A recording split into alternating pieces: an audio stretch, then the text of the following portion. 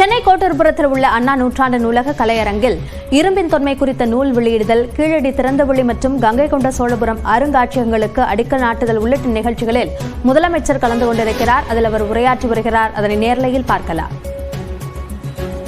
உறுப்பினர்களே, சட்டமன்ற உறுப்பினர்களே,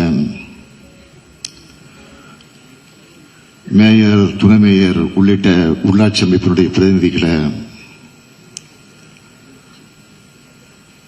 தலைமைச் செயலாளர் திரு முருகானந்தம் ஐஏஎஸ் அவர்களே, முதன்மை செயலாளர்கள் உதயச்சந்திரன் ஐஏஎஸ் அவர்களே, ஏவா வேலு அவர்களே, மாண்புமிகு மா சுப்பிரமணியம் அவர்களே, மாண்புமிகு சேகர்பாபு அவர்களே, மாண்புமிகு ராஜேந்திரன் அவர்களே, மாண்புமிகு சக்கரபாணி அவர்களே, நாடாளுமன்ற உறுப்பினர்களே, சட்டமன்ற உறுப்பினர்களே,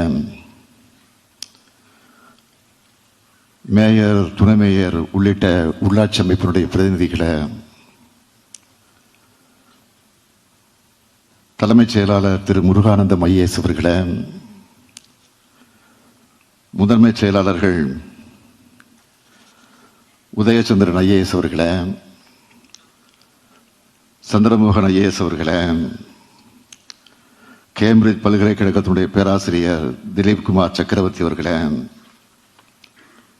இந்திய தொல்லியல் துறையினுடைய மேலாண் தலைமை இயக்குனர் முனைவர் ராகேஷ் திவாரி அவர்களே,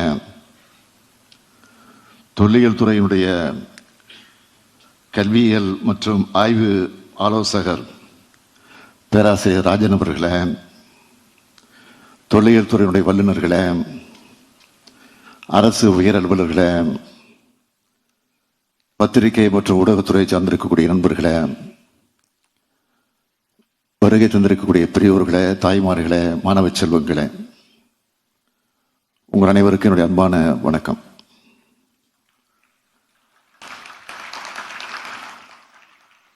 கல் தோன்றி மண் தோன்றா காலத்தே வாளோடு முன் தோன்றிய மூத்த குடி நமது தமிழ் குடின்னு பெருமை பொங்க சிலர் விமர்சிச்சாங்க. அதுக்கு காரணம் தமிழ் சமுதாயத்தில் வந்து புகுந்த இழிவுகளும் அதனால் ஏற்பட்ட தேக்க நிலையும் தான் காரணம். இந்த இடைக்கால இழிவுகள் நீங்க காலந்தோறும் எண்ணற்ற புரட்சியாளர்கள் தோன்றினாங்க. ஐயன் வள்ளுவர், வள்ளலார் தொடங்கி அயோத்தியதாச பண்டிதர் என அந்த பட்டியல் நீளமானது. அவங்களுடைய தொடர்ச்சியாகத்தான் பகுத்தறிவையும் இனமான உணர்வையும் ஊட்டினார் தந்தை பெரியார். பண்பாட்டு ரீதியா அடிமைப்படுத்தப்பட்டு கிடந்த நமது தமிழினத்தை தாழ்ந்த தமிழகமென பேரறிஞர் அண்ணா அவர்கள் தன்னுடைய சிந்தனையாலும் நயத்தாலும் தட்டி எழுப்பினார். சங்க இலக்கியத்தில் சொல்லப்பட்ட நம்முடைய வாழ்வியல திராவிட இயக்க மேடைகள் தூரம் எடுத்து சொன்னோம், இலக்கியங்கள் படைச்சோம். முத்தமிழறிஞர் தலைவர் கலைஞர் அவர்கள் இமய வரம்பினில வீரம் சிரிக்கும், இங்கு வீணை நரம்புநிலை இசை துடிக்கும், அது மானம் மானம் என்ற முழங்கம்னு சங்கத்தமிழைய சாரெடுத்து நம்ம வரலாற்றை எடுத்து சொன்னார். ஆனா இந்த இலக்கிய பெருமைகள் மெய்ப்பிச்சு பறந்துபட்டு வாழ்ந்த தமிழினத்தோட புதையுண்ட வரலாற்றை மீட்டெடுத்து அறிவுலகத்துக்கு அறிவிக்கணும் என்றும் வரலாற்று படிப்பினைகள் வழியா முன்னேற்றம் நிகழ்காலத்திலிருந்து மேலும் சிறப்பான எதிர்காலத்துக்கு தமிழர்கள் வழிநடத்தப்படணும் என்றும் நம்முடைய உழைப்பை செலுத்தி வரோம். அந்த உணர்வோடு தான் நாம் இங்கே கூடியிருக்கிறோம். ஐம்பெரும் விழாவா இந்த விழாவை நடத்திக்கிட்டு இருக்கோம். இரும்பின் தொன்மையை நாட்டுக்கு அறிவித்தல், இரும்பின் தொன்மை நூலை வெளியிடுதல், கீழடி திறந்தவெளி அருங்காட்சியகத்துக்கும் கங்கை கொண்ட சோழபுரம் அருங்காட்சியகத்துக்கும் அடிக்கல் நாட்டுதல், கீழடி இணையதளத்தை தொடங்கி வைத்தல், தமிழ் பண்பாட்டை உலகுக்கு சொல்லும் விழாவா இந்த விழா சிறப்பா நடந்துகிட்டு இருக்கு. தொன்மையும் திண்மையும் வளமையும் பெருமையும் கொண்ட தமிழ்நாட்டோட சிறப்பை வெளிப்படுத்துகிற விழாவா இந்த விழாவை ஏற்பாடு செஞ்சிருக்கக்கூடிய மாண்புமிகு அமைச்சர் தங்கம் தென்னரசு அவர்களையும் அரசு முதன்மை செயலாளர் திரு உதயச்சந்திரன் அவர்களுக்கும் என்னுடைய நெஞ்சார்ந்த பாராட்டுக்கள், வாழ்த்துக்கள். இந்த விழாவின் மூலம் முக்கியமான அறிவிப்பு ஒன்று வெளியிட போறதா நேற்று சொல்லியிருந்தேன்.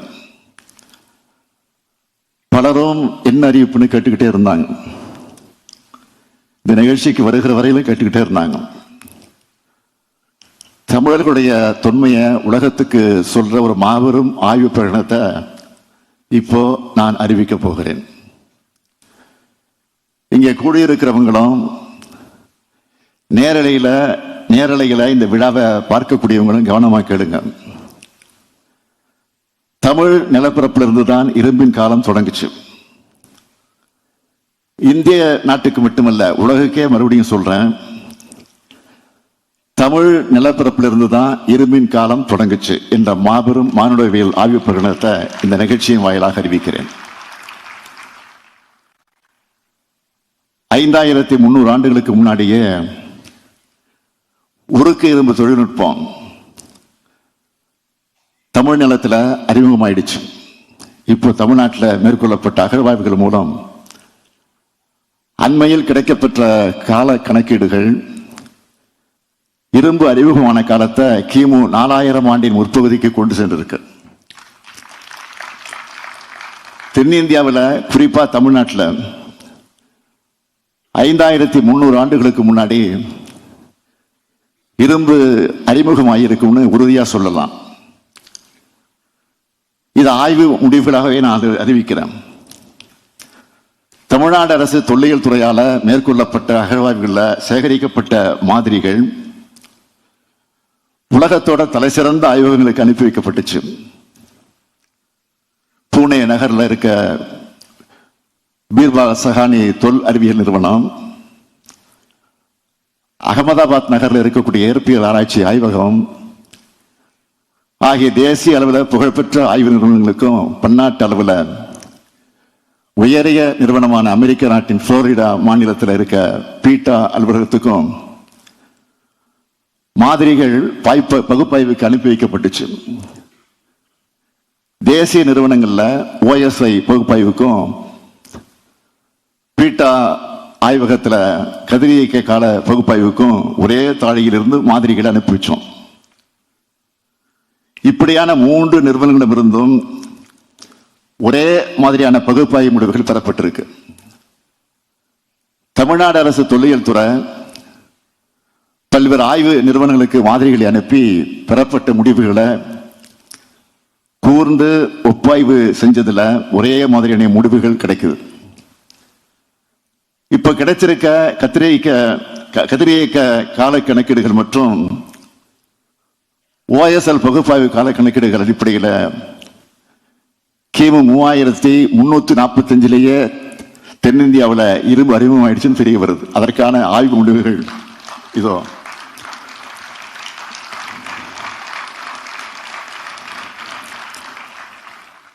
இந்த பகுப்பாய்வு முடிவுகள் வெளிநாடுகள் மற்றும் இந்தியாவில் இருக்க தொல்லியல் அறிஞர்களுக்கு அனுப்பி வைக்கப்பட்டுச்சு. அவங்க எல்லோரும் இரும்பின் தோற்றத்தையும் பண்டைய தொழில்நுட்பத்தை பற்றியும் ஆய்வு செஞ்சு வர்ற அறிஞர் பெருமக்கள். அந்த அறிஞர் பெருமக்கள் எல்லோரும் இந்த அவையில கூடியிருக்காங்க. இவங்க எல்லோரும் ஒரு சேர தமிழ்நாடு அரசையும் தமிழ்நாடு அரசின் தொல்லியல் துறையின் ஆய்வு முன்னெடுப்புகளையும் வெகுவாக பாராட்டி இருக்காங்க. இரும்பின் காலம் குறித்த முடிவுகளுக்கு ஆதரவாகவும் கண்டுபிடிப்புகளையும் பாராட்டி இருக்காங்க. இது மாதிரி பகுப்பாய்வு முடிவுகள் ஆய்வாளர்களுக்கு புதிய உத்வேகத்தை அளிச்சிருக்கு.